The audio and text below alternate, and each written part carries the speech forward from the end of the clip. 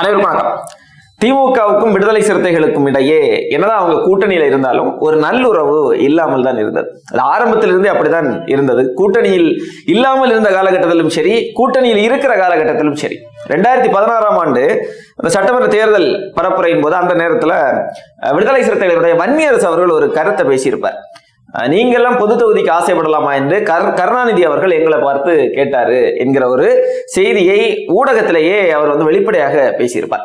அதைத் தொடர்ந்து 2019ஆம் ஆண்டு நடைபெற்ற நாடாளுமன்ற தேர்தல், 2021 சட்டமன்ற தேர்தல், 2024 நாடாளுமன்ற தேர்தல், எல்லா தேர்தலையுமே விடுதலை சிறுத்தைகள் திமுக கூட்டணி தொடர்ந்தது. கூட்டணி வைத்துதான் அவர்கள் தேர்தலை சந்தித்தார்கள். அப்படி இருக்கக்கூடிய சூழல்ல என்னதான் அவர்கள் கூட்டணியில் இருந்தாலும் விடுதலை சிறுத்தைகள் தொடர்ந்து திமுக மீது பல குற்றச்சாட்டுகளை அவங்க வச்சுட்டு தான் வந்தாங்க. ஆனால் திருமாவளவன் அவர்கள் தோழமை சுட்டல் என்கிற பெயரில் நிறைய திமுகவுக்கு எதிரான அறிக்கைகள் எல்லாம் கூட வெளியிட்டு தான் வந்தார். அப்படி இருக்கக்கூடிய சூழல்ல இன்றைய தினம் ஆனால் திருமாவளவன் அவர்களுடைய பத்திரிகையாளர் சந்திப்பு ஒன்று நடந்தது. அதிலே திருமாவளவன் அவர்கள் பேசிய ஒரு செய்தி தமிழ்நாட்டு அரசியல் களத்தில் மிகப்பெரிய ஒரு பேசு பொருளாக மாறி இருக்கிறது.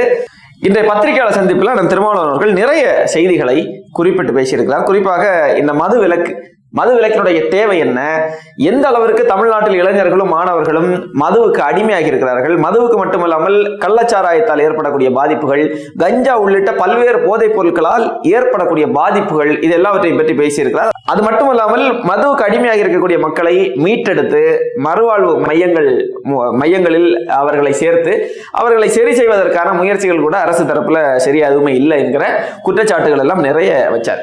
அது மட்டும் இல்லாமல் மது விலக்கு தேவை, முழுமையான மது விலக்கு தேவை என்பதில் மிக தீர்க்கமான ஒரு கருத்தை அண்ணன் திருமாவளவன் அவர்கள் பேசியிருந்தாங்க. இந்த மது விலக்கு குறித்த கருத்துக்கள் எல்லாம் ஒருபுறம் இருக்க, அண்ணன் திருமாவளவன் அவர்கள் பேசிய இன்னொரு கருத்து தான் முக்கியமான ஒரு கருத்தாக மாறி இருக்கிறது. இந்த மது விலக்கு மாநாட்டில் அதிமுக கூட வரலாம், அதிமுகவும் கலந்து கொள்ளலாம் என்கிற ஒரு அழைப்பை அதிமுகவுக்கு அண்ணன் திருமாவளவன் அவர்கள் விடுத்திருக்கிறார். இந்த மது விலக்கு மாநாடு என்பது யாரை எதிர்த்து? மது விலக்கை அமல்படுத்தாதவர்களை எதிர்த்து. மது விலக்கை யார் அமல்படுத்தவில்லை? இங்கே ஆளுகிற திமுக அரசு. அப்ப அந்த திருமாவளவர்களுடைய இந்த மது ஒழிப்பு மாநாடு என்பது யாருக்கு எதிரான மாநாடு? திமுகவுக்கு எதிரான மாநாடு, திமுக அரசுக்கு எதிரான மாநாடு. திமுக அரசுக்கு எதிராக கூட்டணியில் இருந்து கொண்டே அந்த திருமாவளவன் அவர்கள் ஒரு மாநாட்டை நடத்துவது என்பதே திமுகவுக்கும் விசிகாவுக்கும் இடையே ஏதோ ஒரு விரிசல் ஏற்பட்டு விட்டதோ என்கிற ஒரு கேள்வியை தான் எழுப்புகிறது. அதே நேரத்தில் அந்த கேள்விக்கான விடையாக அமைந்திருக்கிறது அதிமுகவை அண்ணன் திருமாவளவன் அவர்கள் அழைத்திருப்பது என்பது. திமுகவுக்கு எதிராக நடத்தப்படக்கூடிய ஒரு மாநாட்டிற்கு அதிமுக வரலாம், அதிமுக கலந்து கொள்ளலாம் என்று அண்ணன் திருமாவளவன் அவர்கள் சொல்வதன் மூலமாக திமுகவினுடைய கூட்டணியில் இருந்து வெளியேறி அதிமுகவுக்கு நான் செல்வதற்கு தயாராக இருக்கிறேன் என்கிற ஒரு எச்சரிக்கையை திமுக தலைமைக்கு அண்ணன் திருமாவளவன் அவர்கள் கொடுத்திருப்பதாகத்தான் அரசியல் விமர்சகர்கள் பலரும் தங்களுடைய கருத்துக்களை பேசி வருகிறார்கள். அதற்கான காரணங்கள் நிறையவே இருக்கு. சமீபத்தில் அமைச்சர் கே நேரு அவர்கள் பேசிய பேச்சு பெரிய சர்ச்சையானது.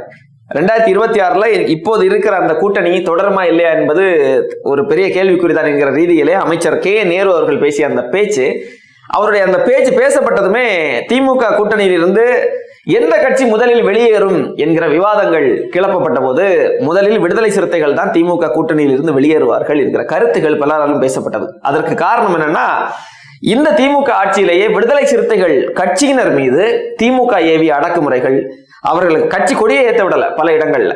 சமீபத்தில் கூட விடுதலை சிறுத்தைகளுடைய சட்டமன்ற உறுப்பினர் அண்ணன் நாளூர் ஷானவாஸ் அவருடைய தலைமையிலே போராட்டம் எல்லாம் நடத்தப்பட்டது.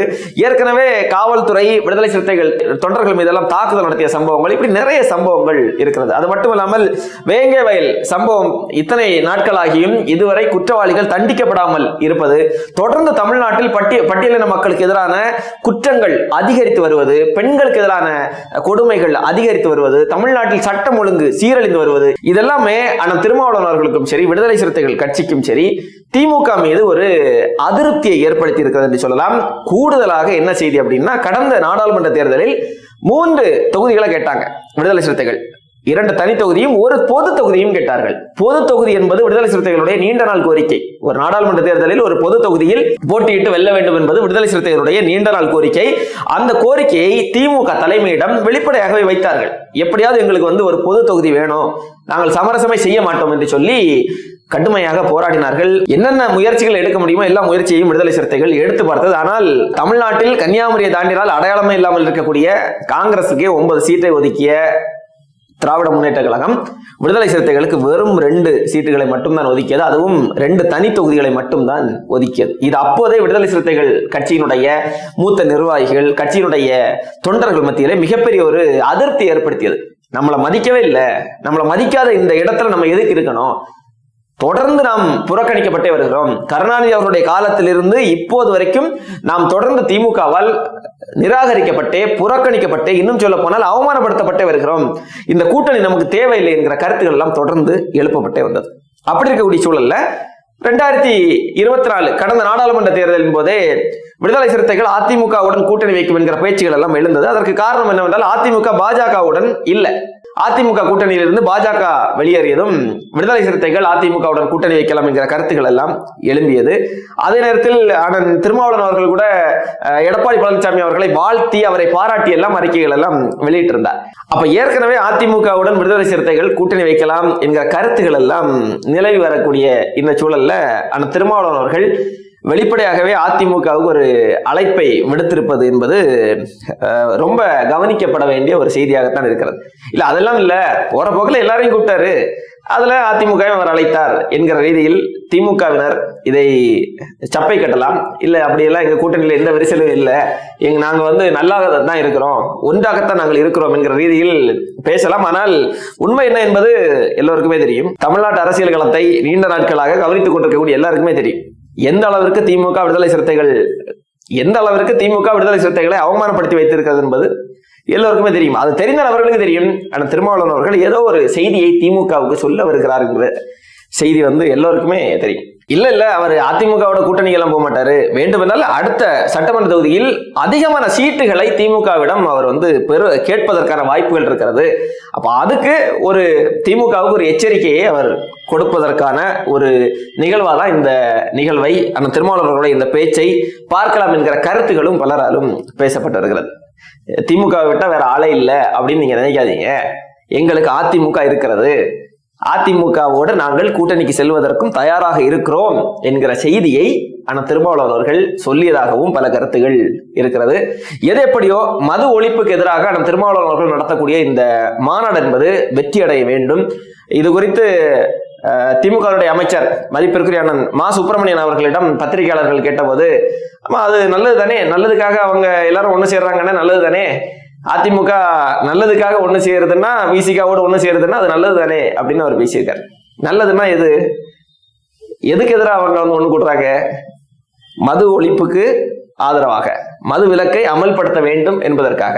அப்ப யாரை எதிர்த்து ஒண்ணு கூட்டுறாங்க? உங்களை எதிர்த்து தான் ஒண்ணு கூட்டுறாங்க. மது விலக்கை அமல்படுத்தாத உங்களை எதிர்த்து அவர்கள் எல்லோரும் நல்லதுக்காக ஒண்ணு கூட்டுறாங்கன்னா அதை இவர் வாழ்த்துறது எப்படி நம்ம பார்க்குது சொல்லுங்க? நல்லதுக்காக தானே அவர் போராடுறாரு இல்லையா? அப்ப அது அதிகாரத்தில் இருக்கிற நீங்க செய்ய வேண்டியது தானே, நல்லது தானே, உங்களுக்கே தெரியுதே மது விலக்கு நல்லதுதான் என்று உங்களுக்கே தெரிகிறது என்றால் நல்லதை செஞ்சுட்டு போக வேண்டியதானே. செய்ய மாட்டீங்க நீங்க. அதான திருமாவளவன் அவர்களுக்கும் தெரியும், எல்லோருக்கும் தெரியும். ஏனென்றால் மதுபான ஆலைகளை நடத்துவதே உங்களுடைய கட்சிக்காரர்கள் தானே. உங்களுடைய கட்சிக்காரர்களே மதுபான ஆலைகளை வைத்திருக்கிறார்கள். அப்ப எப்படி நீங்க மூடுவீங்க?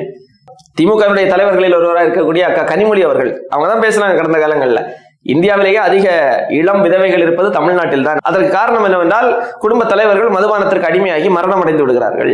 நாங்கள் ஆட்சிக்கு வந்தோம்னா மதுபான கடைகளை எல்லாம் மூடிவிடுவோம், மது விலக்கை அமல்படுத்துவோம் என்று சொல்லி 3 ஆண்டு காலம் ஆகிறது. மது விலக்கையும் அமல்படுத்தவில்லை, மதுபான ஆலைகளையும் மூடவில்லை. இவர்கள் இதையெல்லாம் செய்ய மாட்டார்கள் என்பது நமக்கு தெரியும். அதே நேரத்தில் கூட்டணியில் இருக்கக்கூடிய ஒரு கட்சியே திமுகவுக்கு எதிராக மற்ற கட்சிகளை எல்லாம் ஒன்று திரட்டி, எதிர்கட்சியை கூட ஒன்று திரட்டி மிகப்பெரிய ஒரு முன்னெடுப்பை திமுகவுக்கு எதிராக செய்வது என்பது வரவேற்கத்தக்கது, வாழ்த்துதலுக்குரியது.